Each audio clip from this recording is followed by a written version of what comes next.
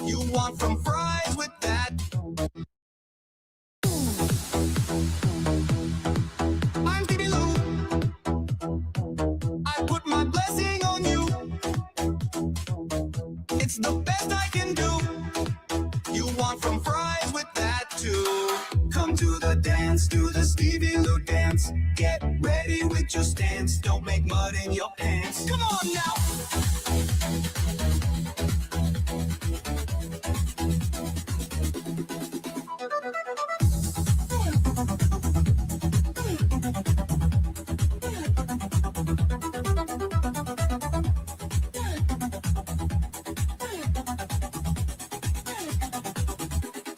I am Stevie Lou.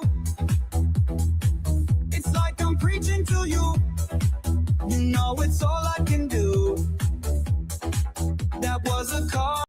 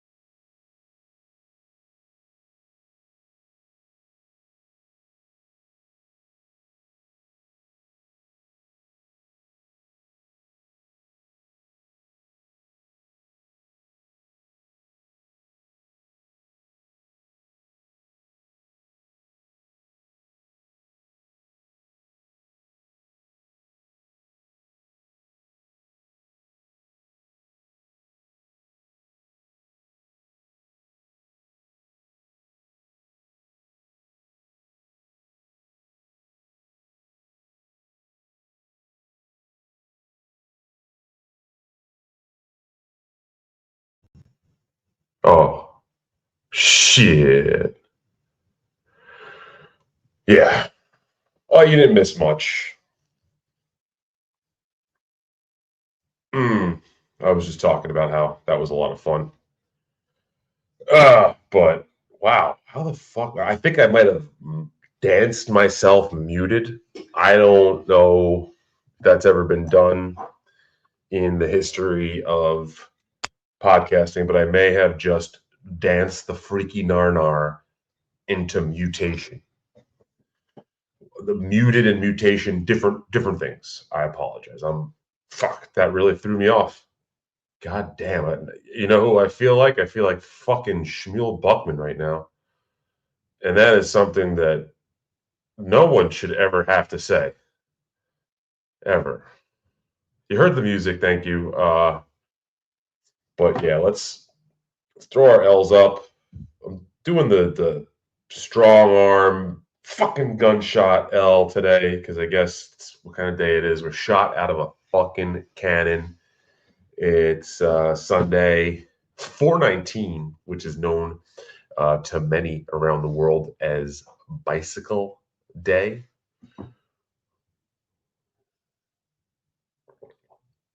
If you're down with that, I don't know. Maybe you are, maybe you aren't. Maybe you have no idea what I'm talking about. If you know what Bicycle Day is, please do raise your hand in the chat, and I will call you out to answer. So, oh, there we go. Dr. Mega G has more or less the idea here, but not quite precisely the day that LSD was invented. And I could help clarify that, but points awarded nonetheless. Definitely more or less what this is. Bicycle Day was the day that the inventor of LSD discovered the hallucinogenic properties of LSD-25. He had created the mixture, the combination in the lab previous to 4/19, but on 4/19, I want to say it was like 105 years ago at this point, a long fucking time ago, he accidentally got some on his skin and didn't realize it until he had taking a bicycle ride home from the lab. And if you can imagine being the first person to ever experience an LSD hallucination and you're riding your bike, that's a lot. So he was able to like figure out like, whoa, this is fucking something else, and I need to look into this and make more. So God bless the good old Dr. Albert Hoffman. From what I understand, now this is me just going off the dome, the bald, shiny dome, as they call it. It was they were doing tests on compounds that would um, uh, create more blood flow. It was a blood flow increase sort of chemical that they were looking to go for there when they were testing out lysergic acid. Now, what I understand is that like the way that the compound itself was discovered, the way it's formed, is that you take a specific type of tree bark and you insert it into a glass of wine, and eventually the side, whatever the byproduct of that, the mold, I think it's something to do with ergot. I'm no scientist, as I'm sure most of you know or could guess, but goddamn, I used to. Oh shit! Look at that. That's Ken Kesey behind me. That's just a guy who took what Hoffman brought to the world and really ran with it, starting the Merry Pranksters. Uh, but here, yeah, look at this. Nick E checking in says, "I didn't come here to learn," and I mean, fuck. I guess I messed up. Please do though, like Benny, my man, it's Benny MF is reminding y'all to hit the like button. I'd really appreciate that if we hit the like button. Let's try to get this out into the algos. Hit the L button on your forehead. We do that. So don't be ashamed. I don't care if you're driving. I don't care if you're around other people. Just do it like real subtly if it's a problem like that. Just pretend like you're kind of like itching like that, like you're throwing up the alf, and it just shows that you're down with Lou Nation. We are a strong nation of fanatics, a bunch of acid heads, a bunch of freaks, all sorts of nonsense. But that's what we're doing here today. I want you to hit the subscribe button too, if you can. I was going over my analytics last night, and I noticed that about half of my viewership don't subscribe, which is like fucking ream me in the ass. I mean, why don't you just bend me over and Roger my bottom? You know, it's free. There's no fee associated here. It's just hit the fucking subscribe button, hit the like button. What the fuck, man? When I say man, it is mostly men here. I also noticed that it is about a 9-1 sausage party, but I don't really, because look, Jesse Angel's here hanging out. Who else we got? We got Megan here.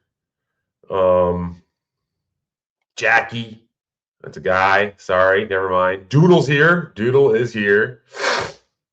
Shouting out the electric acid Kool-Aid test. She gets it. If anyone gets it, let me tell you, Doodle gets it. But that's a reference to my man Keezy in the background there.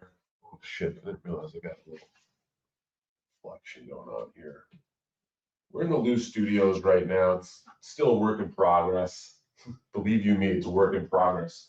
Let me show you what I have here. This fucking thing. Would you fucking look at this? Happy 420.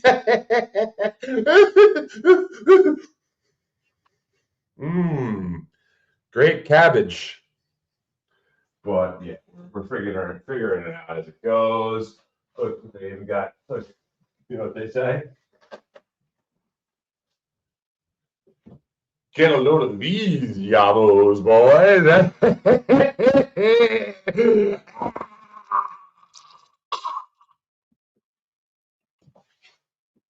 Let's just sit in here. Just hanging out. It's too cold out there today in New York City. We having a real fucking swing of weather.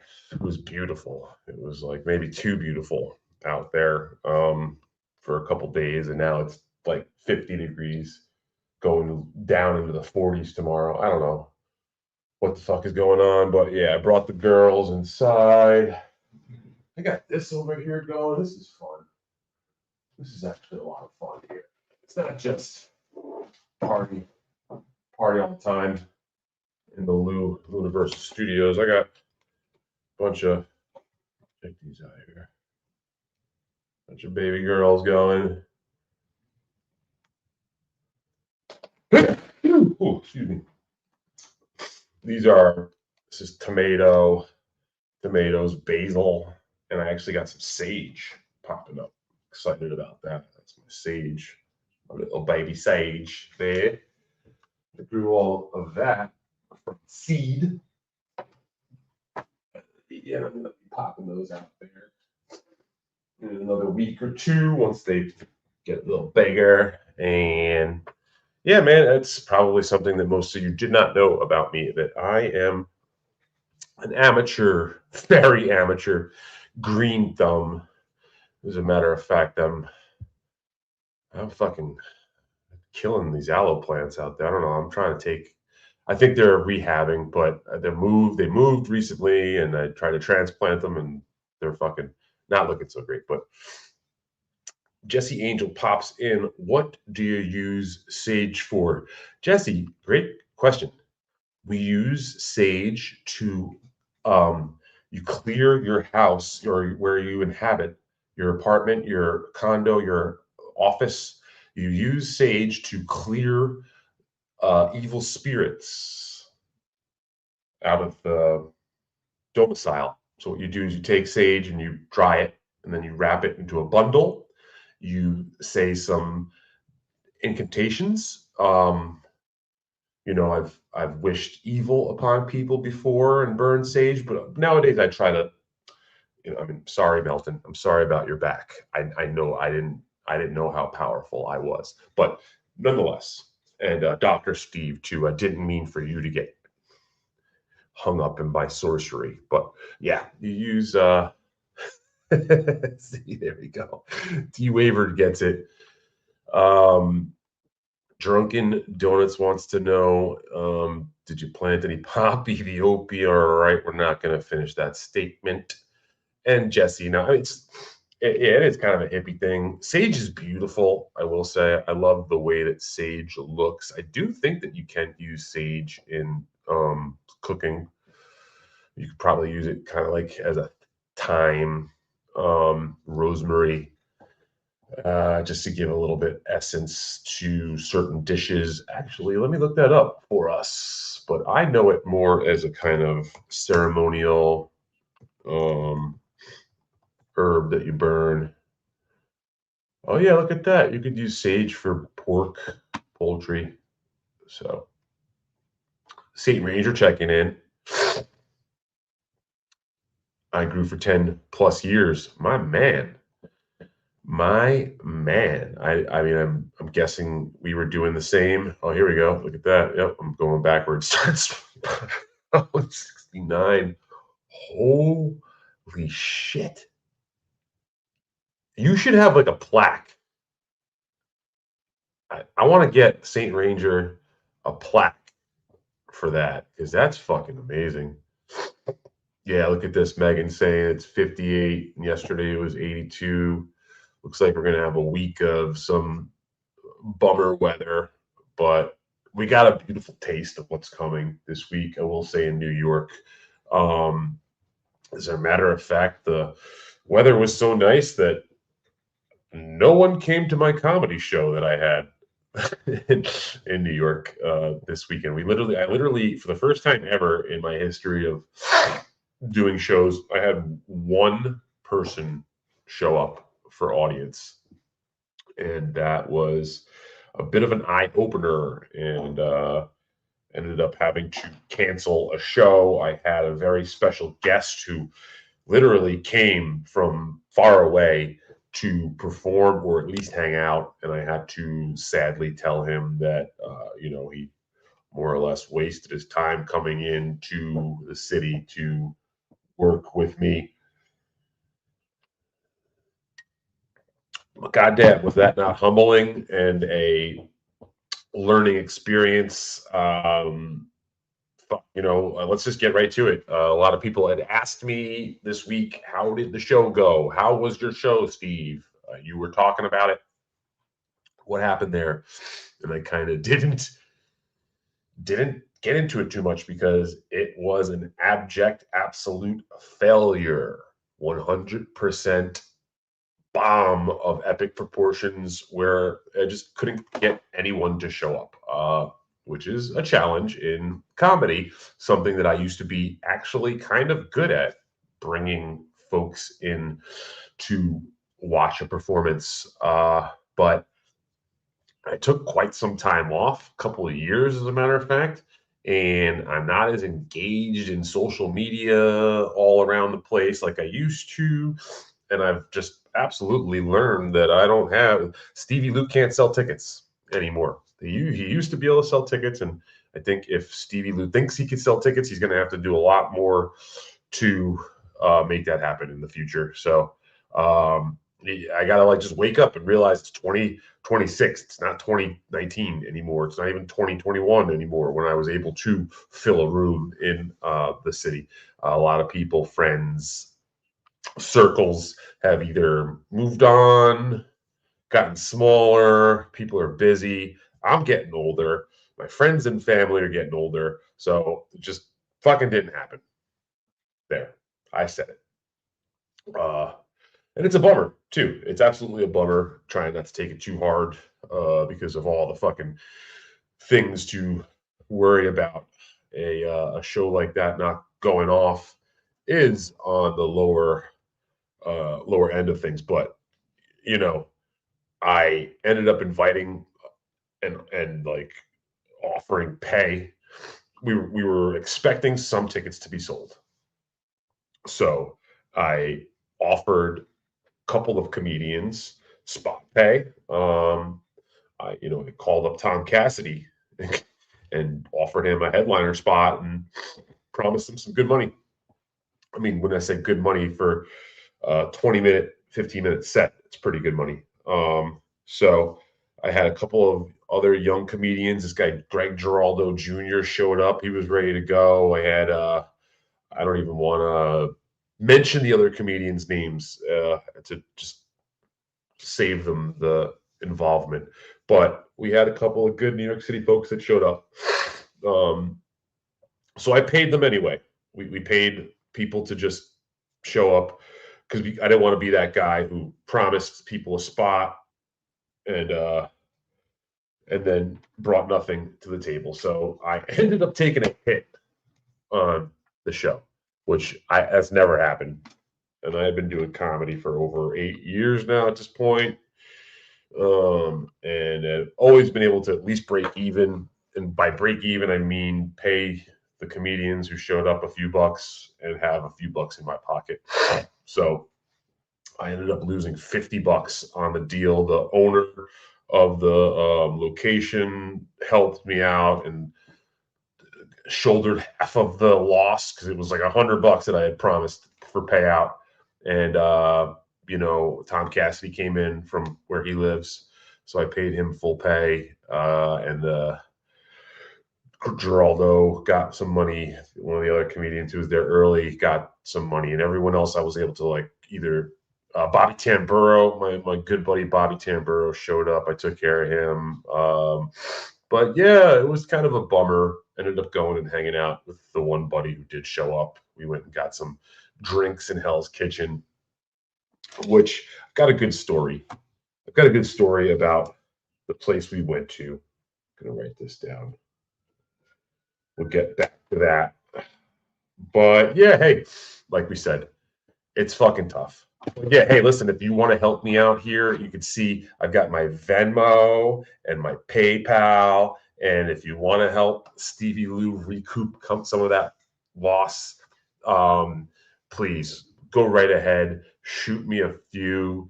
It don't hurt, right? I mean, I know some of you probably did pretty good and got a nice little return this tax season with the new big, beautiful bill bullshit thing going on. So, show a little love.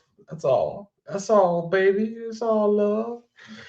But yeah, I mean, it's tough. I reached out to a bunch of people on my personal side and in Dabbleverse. I get it. Some people were coming back from Vegas and just didn't have the gas to roll up into the city. The weather was fucking incredible in New York City. I tried barking some people in for about 15, 20 minutes, and people looked at me like I was fucking crazy. Who's going to stop what they're doing and go sit inside for an hour when the weather was as good as it was as early in the season as it is in New York? I'm sure a lot of you in the Northeast had a similar sort of weather pattern this week, and you get it. So I will absolutely not, I would never name and shame my one buddy. He is not in this. He's not in this. Look at this. Okay. Cleo 1396 says, let's do a bong rip together, Stevie. And I honestly normally wouldn't just stop the show like this and do this, but why the fuck not, right? So let's fucking do it, right? Let's do it. Let's get it going. Let's get it together. I'm gonna open the window up over here. I just so happen to have the so let me get some water in this. I just cleaned this thing too. Still got a little bit of residue in there, but this thing is brand spanking new cleaned. So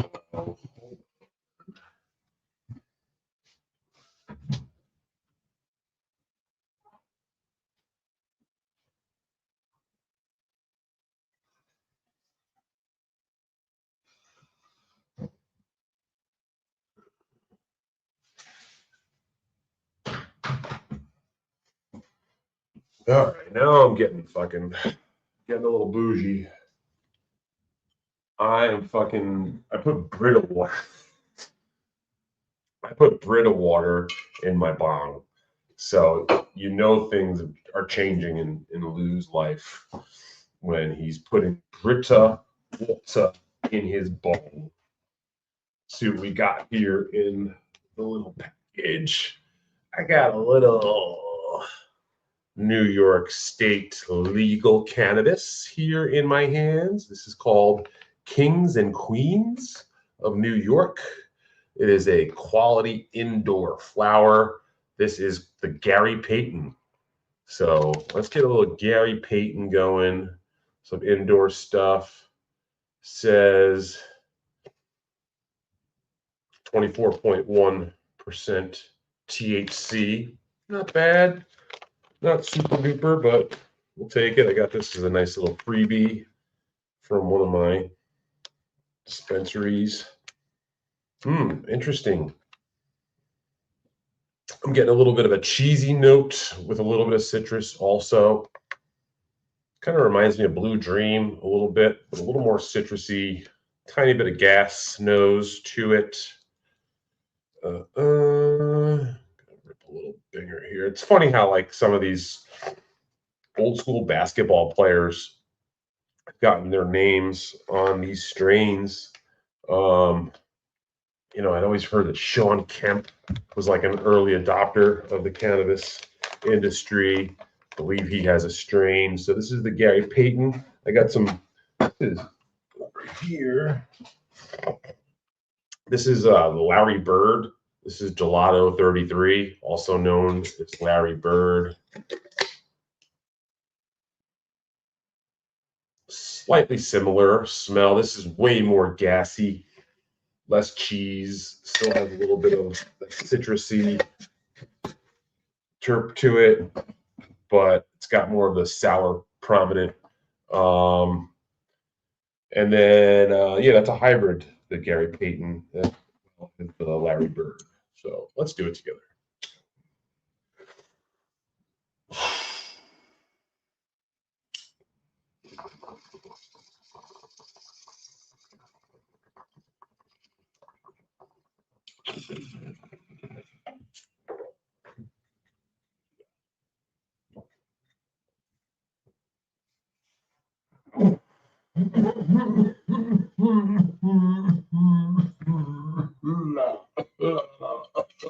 Boy, holy shit, that was a pretty heavy one. Oh, holy shit.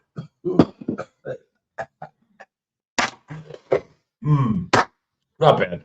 Yeah. Pretty stony right off the bat. Oh, but yeah, let's get back to this whole doing a fucking podcast thing or show, whatever the fuck is it. It's just salvia. Oh my god, could you imagine if I took a big old hit of salvia on air? Look at this, Jess Angel getting after it. Poured a drink in solidarity. I mean, let's go. It is Sunday fun day. You know, I've been working fucking around the clock lately. It's been madness. Not happy about it, but hey, it's better to be too busy than it is to be not busy enough. Am I right? Were you really cast but uncredited as the baby in Toxic Avenger? And there's 3 X's in that Toxic Avenger, and that's why you're so angry. That's not me. That's not me. As a matter of fact, little known fact is that a lot of the babies in Lloyd Kaufman's trauma presentation films along throughout the years are very often his own children or his children's children. I know Lilibet Kaufman has been in many of his films as a infant because a lot of times they'll do some sort of crazy shit to the baby, or like someone will blow their brains out all over a baby, and it's hard to find parents out there who will allow that to go down, especially for so little money as trauma would pay. So let's get in here. I like books that had famous comics, full routines. I also collected all the Carlin Pryor, Cheech and Chong, Jonathan Winters, Bob Newhart, Bill Cosby, and other comics records. Holy shit. All right, this is fucking wild.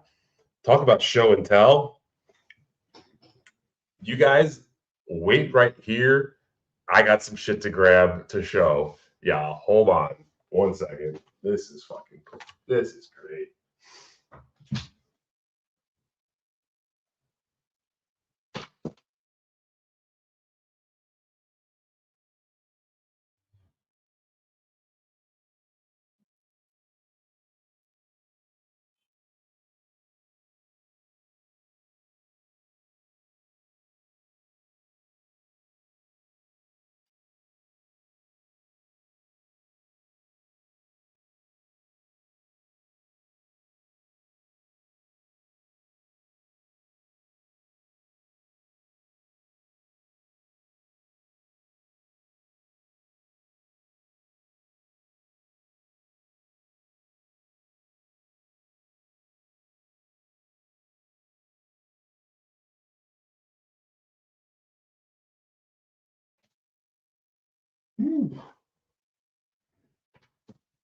What do we have here?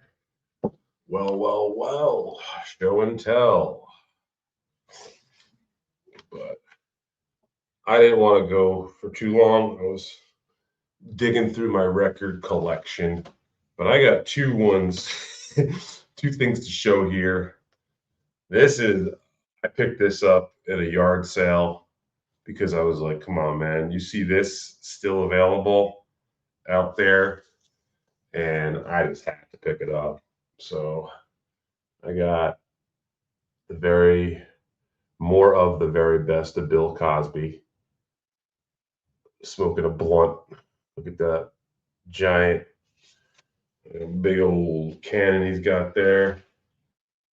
But yeah, this is in like really good condition. So this is a legendary vinyl. And then look at this one here. Gonna have to censor this, I guess. Yeah, let me censor this a little bit. Look what I have on vinyl as well. This is Richard Pryor's Bicentennial blank. We'll just say blank. But yeah, check that out. Also on vinyl and in pristine condition. So these are two of my most treasured comedy albums. I have a Lenny Bruce album on vinyl in there. I couldn't find it. I thought I had them all together. And got a couple other bad boys, but I pulled this one while I was in there because we're doing it today. This is one of my favorites as well. This is Bobby and the Midnights. This is not comedy. This is Bob Weir of the Grateful Dead. Rest in peace. Arista Records, 1981. This is called Black Cat. What's this album called?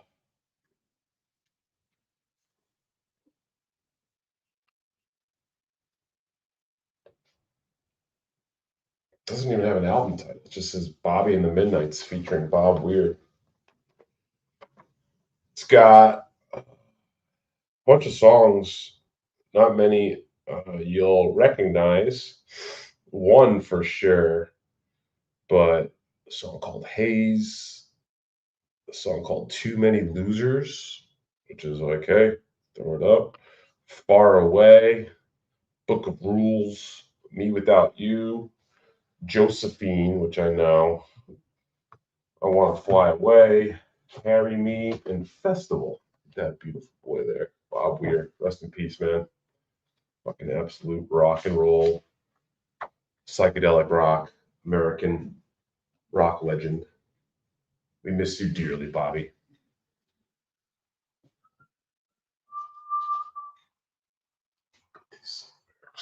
Get those back. But yeah, all right. That was a little show and tell. Let's catch the fuck up.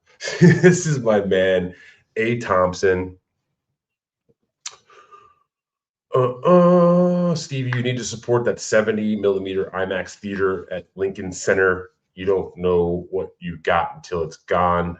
A. Thompson, I love that you basically mention this every time I'm on air and you're here. And I do try to go as much as possible, dude. So thank you for reminding me. As a matter of fact, I've kind of fallen off movies for a little bit, but I think that I'm starting to get the itch. There was that Ryan Gosling film that I kind of want to see, but it's sort of passed me by already, so it might be too late for that. But Mortal Kombat 2 is coming out in like a few weeks, and I'm fucking so in on Mortal Kombat 2. I'm actually psyched to see Mortal Kombat 2. So I have a feeling that going to see Mortal Kombat 2 might kind of kick off a little early summer movie madness for me. But yeah, the thrill is kind of gone at the moment for me with Hollywood. Roy Cohen, my man, jumping in and saying and asking Stevie, what's the most hits of L you've taken at once? Man, that's tough to really pin down because I've probably had a couple of instances that I've maybe taken the prize, if you will. But yeah,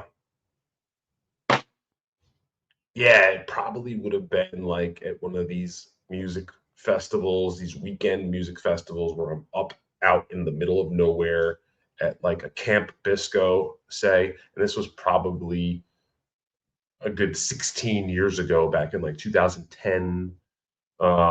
2009, I remember having like a sheet, they call that, of acid, and we had been like nibbling on it a little bit at the start of the weekend, and then like you're going into the Saturday, which is like the biggest night of the 3-day festival. And I was like just in a real good spot, hanging out with a lot of good friends, really feeling the vibes.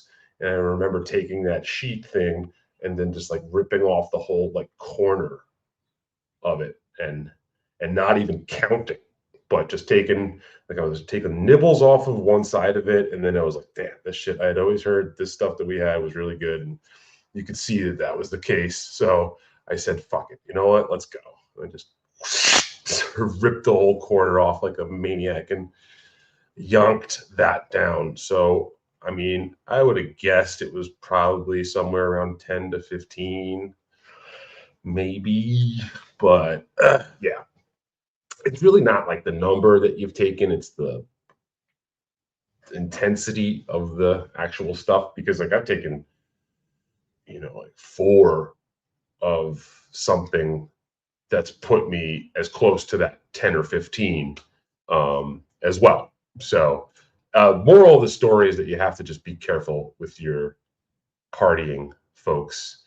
As we all know, it can go south fast, and there ain't nothing as bad in this world as a bad acid trip. Let me tell you, that can be some pretty horrifying shit to have to deal with if your mind starts racing and goes running away on you when you've taken too much. I've personally been there. I've seen people go there, and it get real scary. But back to the good times here. Does anyone here have a favorite pocket knife that they like to have with them? Shit. I mean, is everything just going to be show and tell today? Just going through some stuff. I'm pretty damn sure.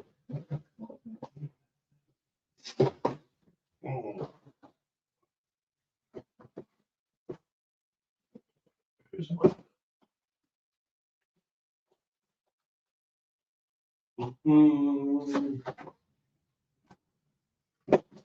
Around here somewhere, saving me. All right. Still working on organizing things.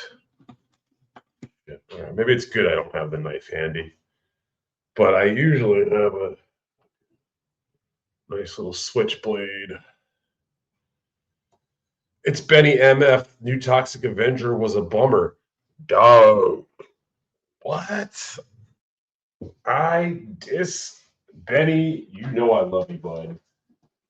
You know I've got nothing but love for you, and I respect your opinions, but man, I actually really enjoyed the new Toxic Avenger.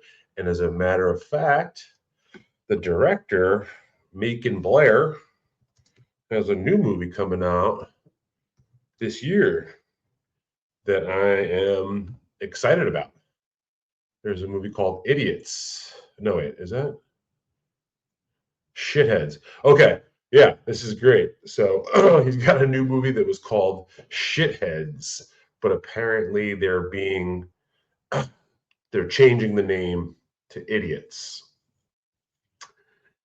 And I'm hearing that it's like a raunchy sort of comedy.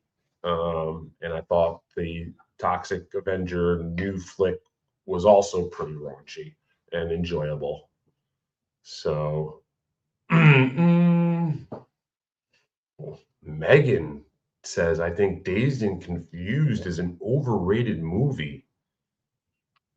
What the fuck is going on today? Are you guys like trying to fucking test me? Like, Megan, I mean, I will have to just respectfully disagree. I mean, it's been a while since I've watched Dazed and Confused, but I kind of like sort of grew up on Dazed and Confused to a certain degree. And worshipped that film. So maybe that's where this comes from, that like people in the past have put it up on a pedestal, and maybe it's not like the greatest film of the 90s for our generation. But I think it's one of Richard Linklater's best films. I don't think some of his other stuff really stands up as well. So, as a matter of fact, I went and saw his fucking latest film, and I thought that shit was absolute dog shit. And I wanted to enjoy it. No, wait, sorry. The Nouvelle Vogue was incredible. I'll take that back. Nouvelle Vague, I really enjoyed. And I think I'm confusing his movie. I'm confusing him between. Hold on, I'm gonna figure this out right now. It was a Glenn Powell, right? Was it a Glenn Powell? All right, never mind. Fuck that. Okay. Jesse Angel. Has anyone ever seen Go? It's a good, weird movie. Jay Moore and Scott Wolf. 100%. Go is like a Quentin Tarantino light for our generation. Another banger movie that I've seen 10 times. Easy. Used to watch that one all the time. Great cast. Katie Holmes. A lot of people in there like prime looks maxing, they'll say these days. A lot of looks maxers in the movie Go. What is this?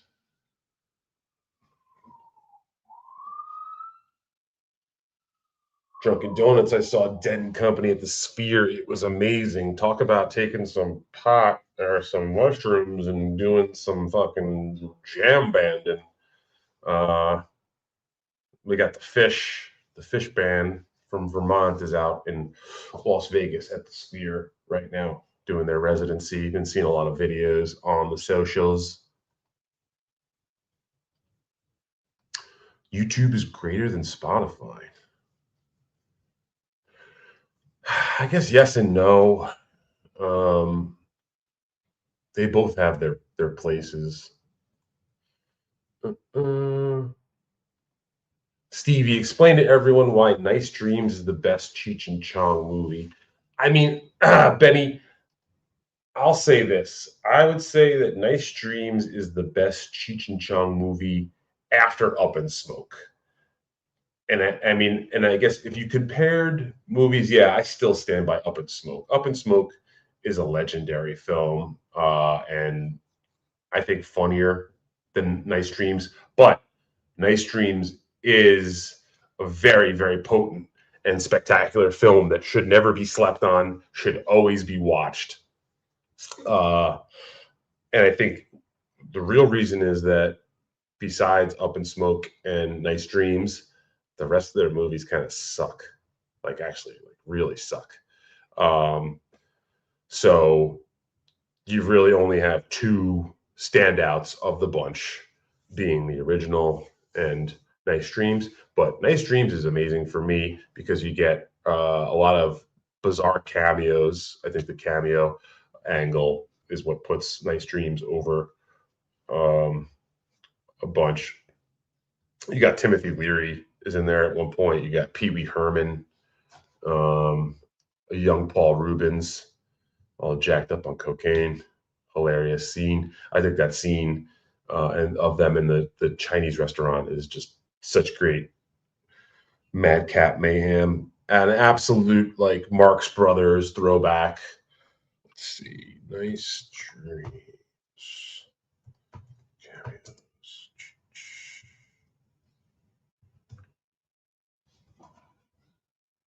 Let's look at this. Yeah, Donna is great. You got Stacy Keach again playing Sergeant Stadenko from the original. Sandra Bernhardt, Michael Winslow. Yeah. definitely a great movie to get fucking bombed out of your head and watch. Yeah, nothing good has been released lately. Yeah, Jesse, 100%. I mean, it's fucking weird. It's like Hollywood traditionally February is dead time of year. March as well. Even April. They've pushed the Oscars back now, and that's I think fucked with everybody's like scheduling of releasing the Netflix, Apple TV, Amazon, whatever, the video on demand at home has also played a role. Like I honestly was looking to go see the Super Mario movie next week and with my nephews. I know it's been out for a few weeks. I know it sucks, but it's only been a few weeks, and apparently starting next weekend, it's out of theaters almost everywhere. I guess it's going on demand. But to me, only having a chance to catch it for like 4 or 5 weeks is not enough. I'm too busy, and I try to catch stuff when I can. And that was like, it was an eye opener and kind of a bummer to see that that's the case for certain films. That's like you only have a few weeks to try to catch them if you wanted to see them. And that movie apparently sucks anyway. I just wanted to go have the experience of going to see a movie in a movie theater with my two young nephews. They've not really, they're born in this new generation post COVID. And, they don't, my sister doesn't take them to go see movies. It's not a thing that the new generation does as much. So,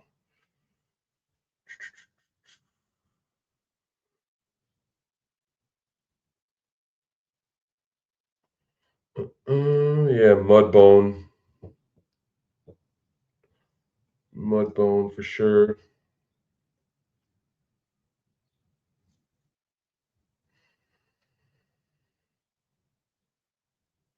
Yeah. See, one head of four-way window pane. Put you on another planet. Okay, let's catch up here.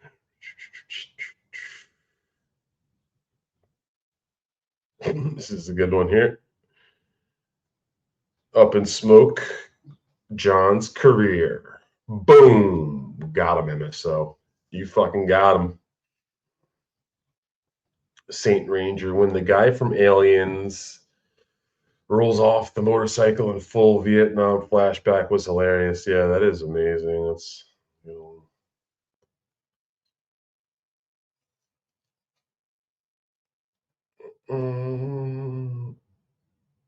Wow, look at this one. Stacy Keach was 10 out of 10 in the new Centurions movie with George C. Scott.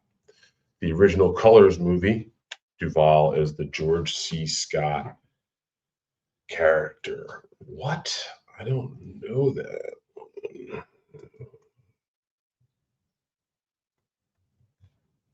1972, New Centurions. Oh, the original Colors movie. Because Colors, you're talking about Duvall, right? Oh, okay. Man, I gotta check this one out. This is a good call. Directed by Richard Fleischer. Who did Conan the Destroyer?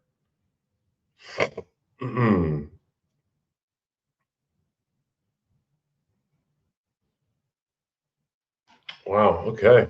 This guy was like a golden age of Hollywood director who filmed all the way up until the new wave and did the film Tora Tora Tora, Dr. Doolittle, the original, 20,000 Leagues Under the Sea, Soylent Green. Damn, dog. Yeah, he did Conan and Red Sonja. Man, thank you for the shout out here, Saint Ranger. I gotta check this one out. The new Centurion. That sounds like a fucking banger, bro. Pam's in bed. St. Ranger's partying, but I'll say hello to Pam anyway, just to do that. We always do it. JD Straight Shot says the first Dabbleverse show to interview PPP and Worski about the quartering situation is going to make bank. Yeah, I don't know like a shit ton about those guys, but they seem to be getting more and more into the Dabbleverse. I guess they've kind of been brought in by some of our side characters like the Nick Mercadas and the Mershes, who they already covered. They're starting to see the light and get involved. But I don't really know much about them. I like to watch their clips occasionally. I don't watch them regularly, but when they are discussing something that I'm interested in, I would say that bong hit really fucking hit me good. I would say that they're good. They're funny. They're interesting. They're entertaining. Whoa, buddy! All that shit. It's good. I dig it. Let's finish this thing off.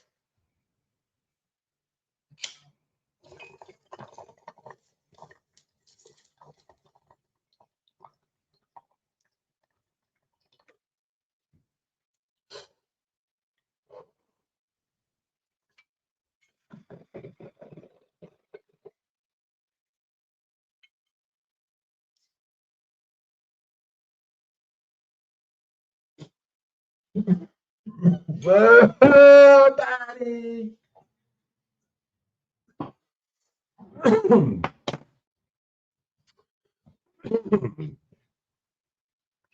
Boy, Stevie, Roy Cohen, Esquire says, Stevie, are you going to Rodney's on 5-1? I'm gonna bring it. I'm gonna bring a fucking cake. Am I going? Not only am I going, I'm gonna bring a motherfucking birthday cake, bitches.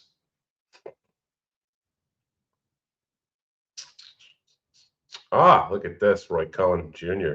One of the best things you can do is ask SL for movie recs. Hey, I like to give them, I like to take them. So we got my man St. Ranger shouting out.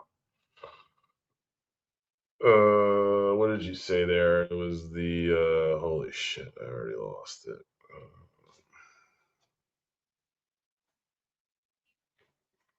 Go back in the chat, check it out.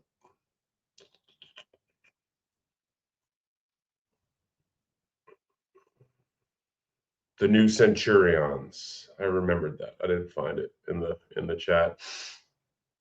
But yeah, if you folks want to see a good one from last year, I fucking love the shit out of this movie called The Surfer, starring Nicolas Cage. That's all you got to know. It's a movie called The Surfer, starring Nicolas Cage, and I thought it fucking ruled. So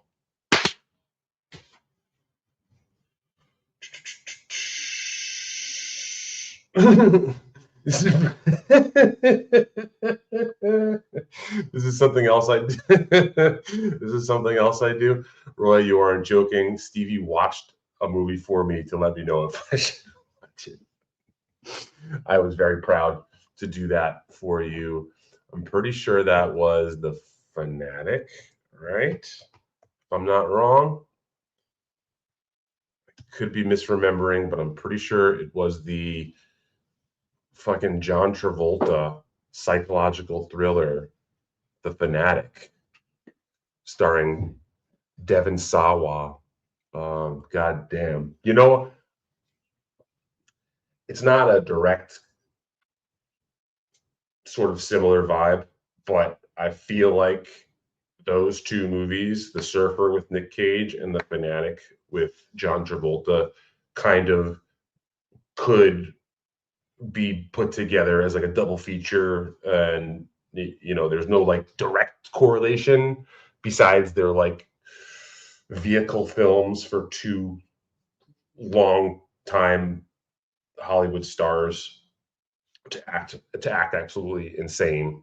So maybe there is actually some more similarities than I'm realizing as I'm talking this out. But yeah, if you haven't seen The Fanatic from 2019 with John Travolta, directed by Fred Durst too, which I kind of wish I didn't say that until after you saw it, but I think that there's something there, and I'm kind of interested to see some more Fred Durst film, because if that's what he could do, I'm down.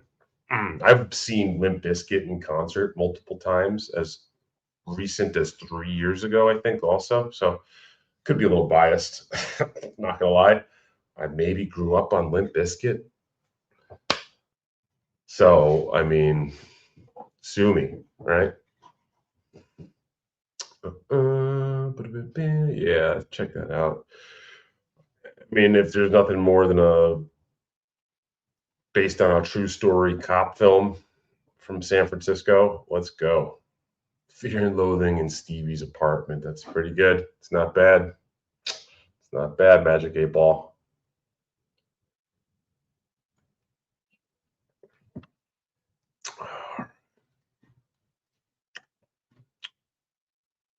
Guessing that might have been the bong hit. What are some similar movies to go? Weird movies that you would suggest, even thrillers would be welcome. The first one that comes to my mind, Jesse Angel, that is in the same vein as Go, is this movie called After Hours by Martin Scorsese. Let me know in the chat if you've never seen After Hours. And if you have not, honestly, go see that shit as soon as possible. That's for everyone in the room right now. I'll suggest another one. Actually, I've got fuck. What is that movie? Yeah, okay. Another one that's not really in line with Go, but I'm gonna recommend it anyway, is a movie called Coherence, Coherence from 2013. That one's not as fun as Go or After Hours, but I love these like kind of missing scene, living in the life of this weird scenario type of narrative story. As a matter of fact, that's like what I would strive to someday write and create myself. Less of like a story that takes place over a long period of time, multiple years of a person's life or something like that. I like a story that's like happening in a day, happening in a couple of hours. Oh, okay. I got one more for you, Jesse Angel. You probably haven't seen this one, but you may have. I don't want to downplay you, but Run, Lola, Run. That movie is probably on my top 10 of all time, and a movie that I recently went back and watched, and it like brought tears to my eye, and like just the masterpiece. It literally is such a beautiful film, that it like drew emotion out of me, but also I was like brought back to my younger days when I was able to remember what it felt like to see the film when I first saw it. This film was from like 1999. I probably caught it shortly after. The soundtrack is incredible. You will fucking love the soundtrack too. So yeah, After Hours, Run Lola Run, and then throw Coherence in the mix if you haven't seen any of those films, and then The Surfer also, like I said. Boom. Yeah, Megan says To the Surfer. Some people didn't like it. I get it. I also noticed that phenomenon, whatever you want to call it, that some people loved it, some people hated it. That's right, it was The Fanatic. Yeah, Devin Sawa was old school. That one sounds awesome too. I'm writing these down. The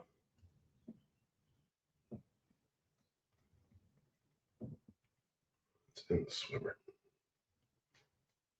Thank you, Saint Ranger.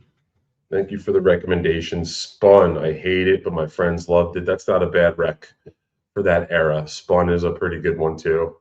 It's been a while since I've seen that. Eraserhead is weird as fuck. Honestly, I have trouble suggesting Eraserhead, and I'm a diehard David Lynch fan. I think Eraserhead is almost too abstract and too avant-garde for most audiences, almost for me even.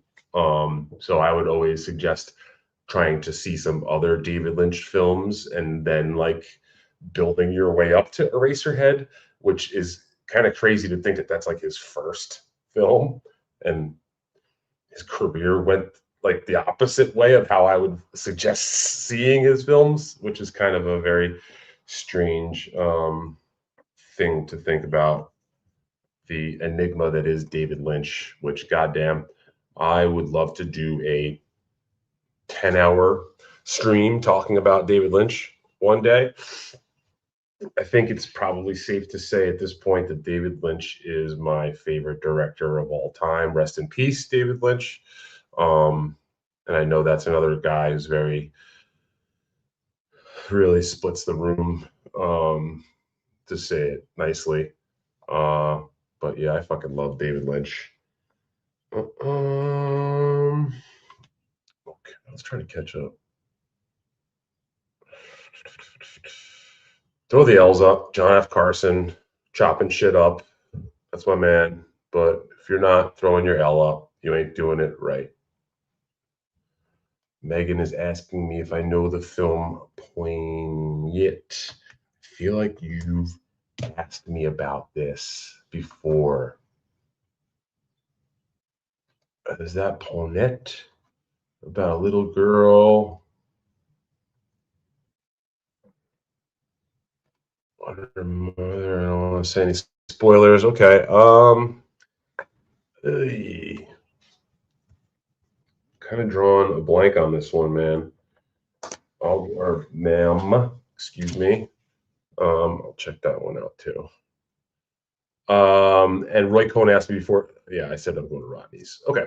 Let's see. Okay, I wanted to catch up on a couple of things here. First, I wanted to tell that story that I had teased before. So after the show that I was supposed to have, that was a complete bomb because no one showed up except for my one buddy, we went for a walk, and I went to this bar called McCoy's in Hell's Kitchen, and it reminded me of a story that I have of when I was at McCoy's back in, let's just say, 2015. So again, 11 years ago, completely different life, single, living in Hell's Kitchen, living with roommates in this tiny apartment, just living the life, working full time, a desk job, corporate job, like weird starting position in a startup company, like Dave Serra style, doing blow all the fucking time.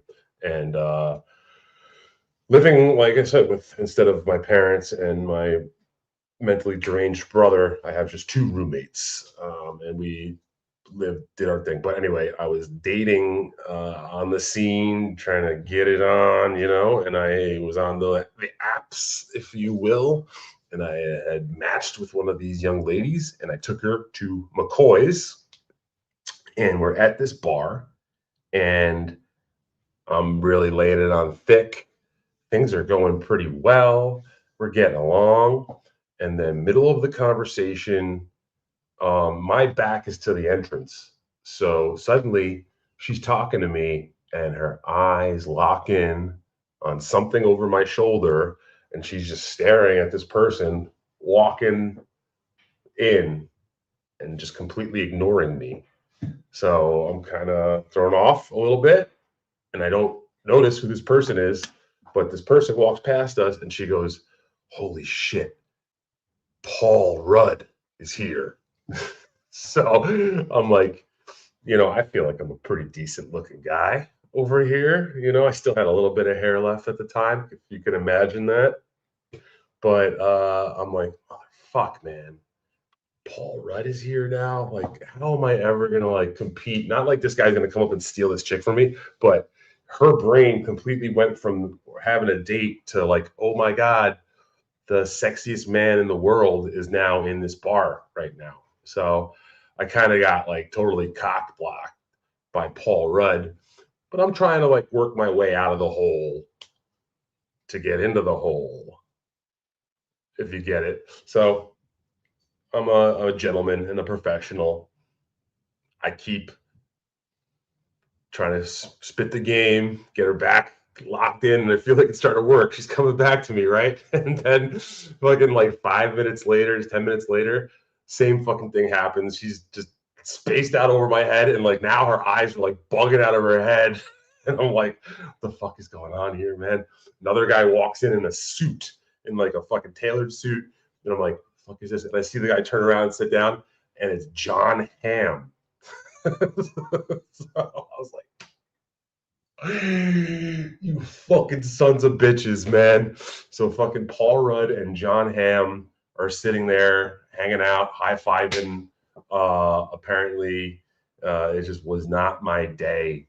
And at that point, I'm like, all right, check, please. I'm just gonna go home and just it's not happening. I get it. It's like it's great to meet you, lady, but my luck was just not with me that day.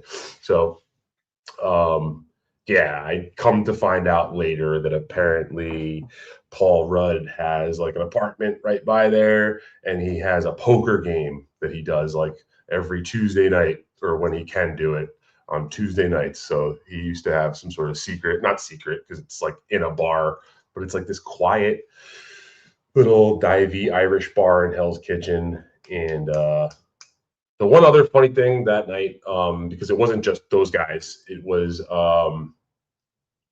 Bobby Cannavale had been there the whole time watching the Yankee game by us, because like the Yankee game was on the TV, and I was like hanging out with her. You're watching the game, and the Yankees, I want to say it was like Curtis Granderson, hit an inside the park home run. So like we're hanging out at this bar, and all of a sudden this inside the park home run happens, and it's like, oh shit, go, go, go, go. And he like slides in, beats the tag, and I'm like, oh fuck, what? And I look over, and Bobby Cannavale is wearing like a Yankees hat, and he's like, whoa, hell yeah, bro. Oh wow, the fuck is happening here, man? I just happened to, basically walk up into this little spot. But yeah, this guy Richard Kind was there as well that night. Like I look around, I'm like, this is fucking nuts. Like I had never, you occasionally bump into celebrities. Like I bumped into Bill Burr at a bar once in Hell's Kitchen. He was by himself having a drink too. And I was with a buddy, and I had just gotten into comedy, and literally Bill Burr's in this small Irish bar. He was in town doing shows, and like I was like sweating bullets. I was nervous, and like I walked over and just waved to him and just like winked and nodded and walked out. But this night I had fucking it was Paul Rudd, fucking Mad Men. What the fuck? Why is the guy's name? Don Draper was there. Bobby Cannavale, Richard Kind. We're all at this bar, and I just fucking left without scoring for sure.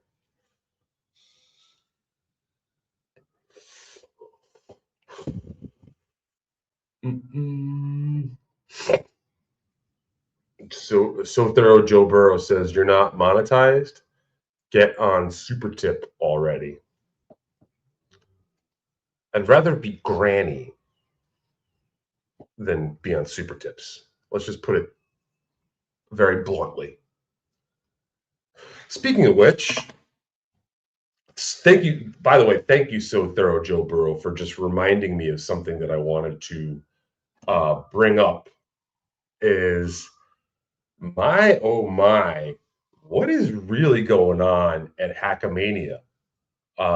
If you are a fan of Dabbling Live and you tuned in yesterday, wow, was that something else? Apparently, word on the street is that multiple people flew to Hackamania 3 in Las Vegas to pay for oral sex from a trans person. And that's like one of the big reasons why a lot of people went to Hackamania 3 was just solely to pay for oral sex from a person who gladly gave it to them, who happens to also be a trans person. It's just like that was not what I had on my bingo card when I was trying to guess like what would come out after Hackamania 3. But those gals, Latanya and I don't know, Victoria is her name or something like that. Isn't Victoria one of those T girls? But that like this is like I wish this was something that I was just making up and just having a little gag about. But like you go back and you look at those posts that everybody's making after the event. Like I had the greatest time ever, and I met some of the most amazing people that weekend. And I paid for a beeger from a tea. Like a lot of them didn't add that part in to those posts, but it's all coming out in the wash afterwards. And I was also told today that if you were paying attention yesterday, I guess they're claiming that like NDAs were signed so that the word can't get out about who it was exactly that paid for those services. But I'm getting under very good advisement from legal that those sort of NDAs are invalid and would never be able to stand up in a court of law. So if any of those wonderful ladies over at the Transverse Network would love to reach out and come on LEW Live, the LEW-ka Dončić in the morning, or maybe we'll get you on MLC and wants to just let their mind be heard and speak their mind and maybe out some people. That would be great. I think that would be wonderful. But yeah, bottom line is Hackamania is basically the new Thailand where people literally fly out to pay to receive sexual, I mean, it's Sin City, but they get sexual favors from people who are in the trans community. And I think that's just, this day and age, it is kind of beautiful. But it's kind of like one of those sex vacations for some people. So God bless you. I am absolutely just want to go on the record to make sure it's clear that I'm not shaming any of this behavior. As a matter of fact, I applaud it. And I think that next year they should like kind of work it in as like a VIP option, part of the VIP package, perhaps. If Moody or Melton are listening right now, I would start putting this together. There's definitely money to be had. There's a market, there's a segment there that you're definitely missing out on. But yeah, that's pretty crazy.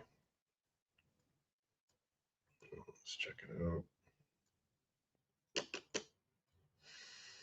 Yeah, Doodle. You said it.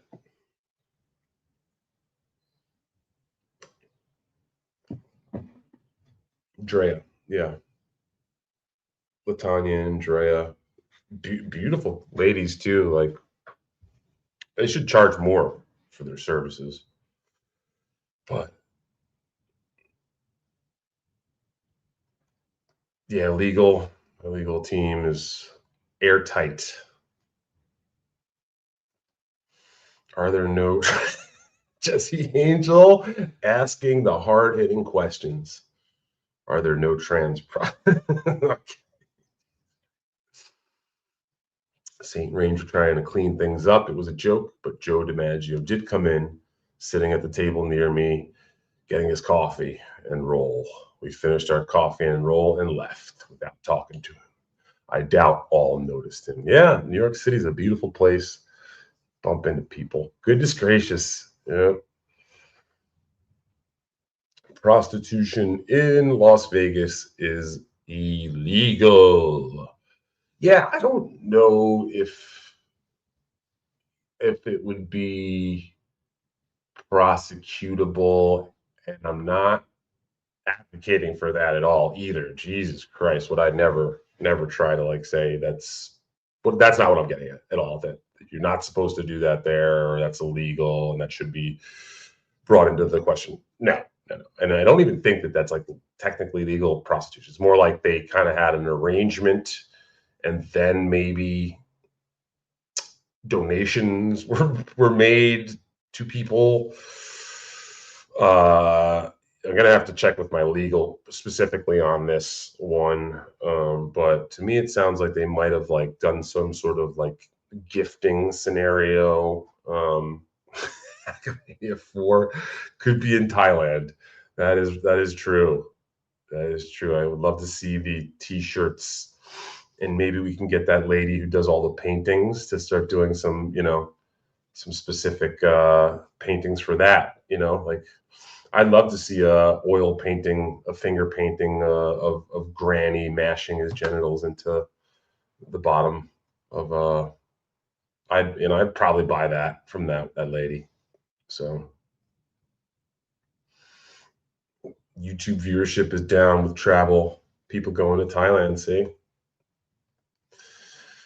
Yeah, exactly. An NDA for illegal activity. Don't think that's how that works. Yeah, we're not trying to get anybody busted. It is kind of strange how the laws, it's called Sin City, I thought. Yeah, could you imagine the stories coming out of Hackmania 4?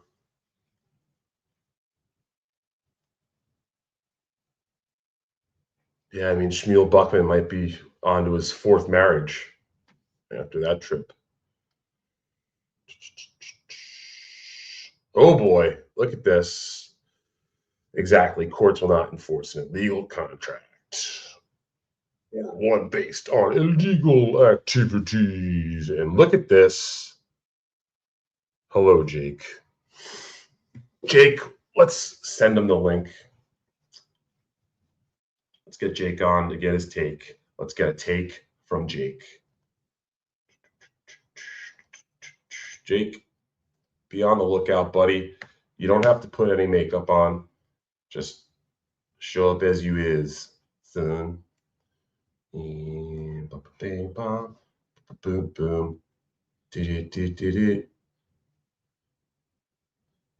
boom.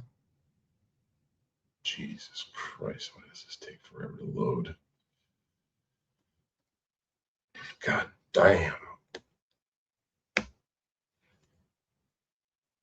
Fuck, Jake. Which one is you, Jake? Oh, here it is. Let's get Jake's take, and then I'll get out of here. Jake, you got the link. Pop in when you can, pal. Happy Sunday, Jake. Yes. Yes, Megan. Thank you very much. Great reminder. The Beach, starring Leonardo DiCaprio, directed by Danny Boyle, who Danny Boyle is, I said David Lynch is my favorite director of all time. Danny Boyle is probably in my top 10.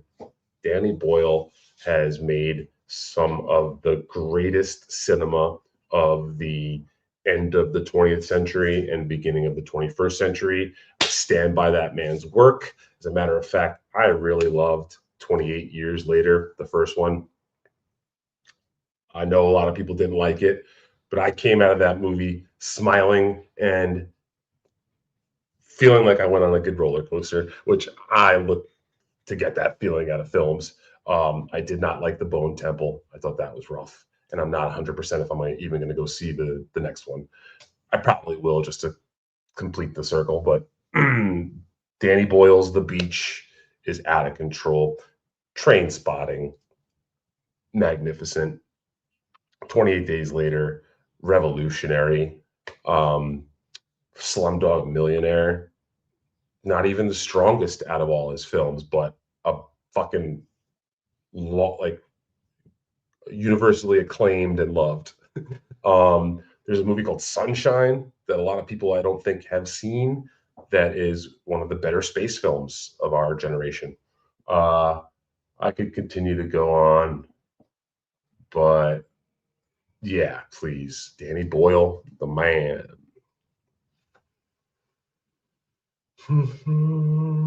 But yes, Jesse Angel, that's another one to add to the list if you've never seen The Beach. The Beach is definitely on that level with Go.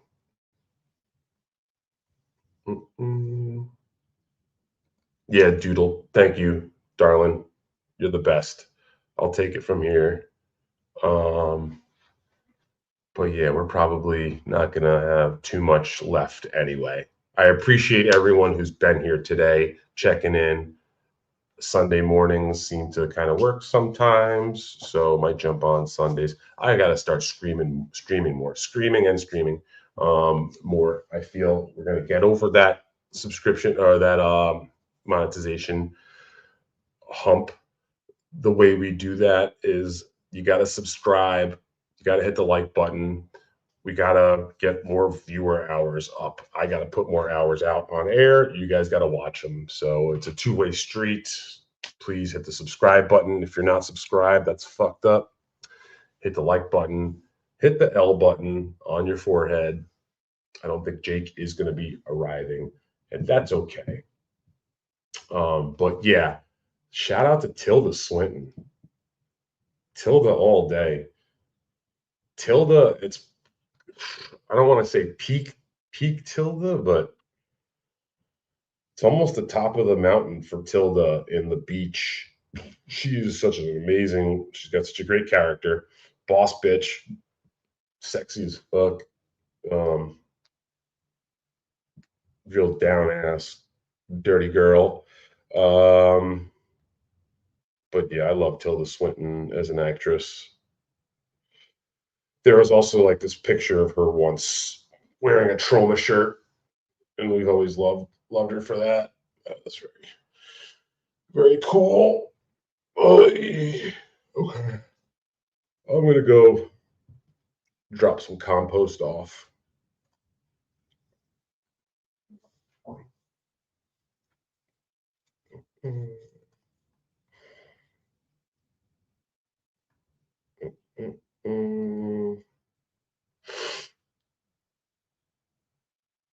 Oh, hold on. Yo, Gabba Gabba. Yo, what's up? Gabba Gabba. What up, dog? Yeah, What do you got? Gabba Gabba. What's You got up? a headset on there, man. Looking good. We kind of look like the same. Oh, by the way, Dave Sarah sent me a laptop. He is. Wow. And a headset. He said. Now, are you going to be able to remove the spyware that he put on the laptop? Because you know that laptop is going to be able to spy on you. He's cleaning it. That's what they say. But by cleaning it means that he's going to have a masturbation cam. Number one, I will do my own thing on it. I have software that I use called AVM. I think it's not AVM, but AVM. Or I use a special empty software. Okay. But that's not for illegal activities, is it?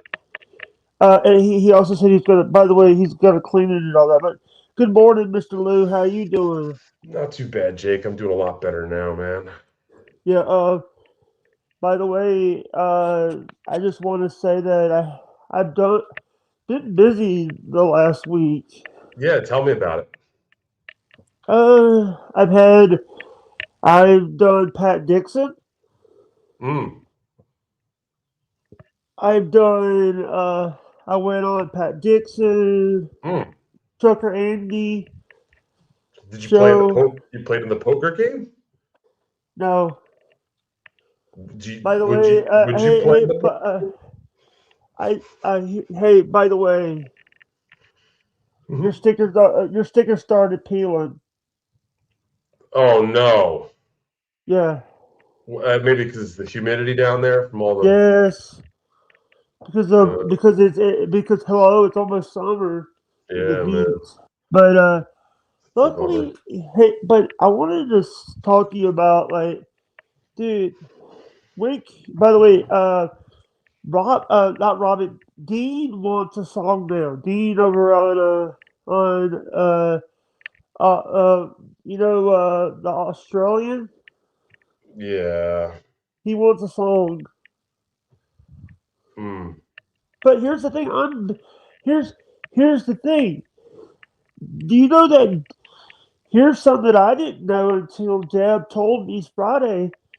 Her and Dan are no longer friends. No. What? I miss. Honestly, that's the kind of Yeah. news that I can't do this anymore. Now that I know that, I'm gonna have to go take a few minutes to myself after hearing that. Sorry, I'm sorry about that. But No, also, it's okay. I miss the old BYB. Yeah, me too.